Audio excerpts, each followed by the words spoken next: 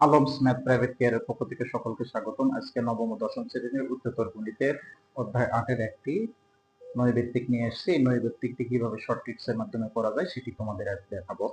দেখি বন্ধুরা, কি আছে, দুইটি বৃত্ত পরস্পরকে অন্তঃস্পর্শ করলে তার কয়টি স্পর্শক আঁকা যায়? কয়টি স্পর্শক আঁকা যায়? দুইটি বৃত্ত পরস্পরকে কি করলে? অন্তঃস্পর্শ করলে। কি বলেছে? অন্তঃস্পর্শ।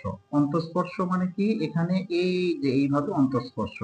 তাহলে এখানে কয়টা স্পর্শক আঁকা যায়? কয়টা? একটা। দেখো এখানে হাত পাকার বাতাসে কয়টা আঁকা যায় স্পর্শক? একটা। তাহলে একটা কোথায় আছে বন্ধুরা? দেখো এখানে আছে। দেখো বন্ধুরা, এটা সর্বোচ্চ কত? 2 থেকে 5 সেকেন্ডের মধ্যে এটা করা সম্ভব।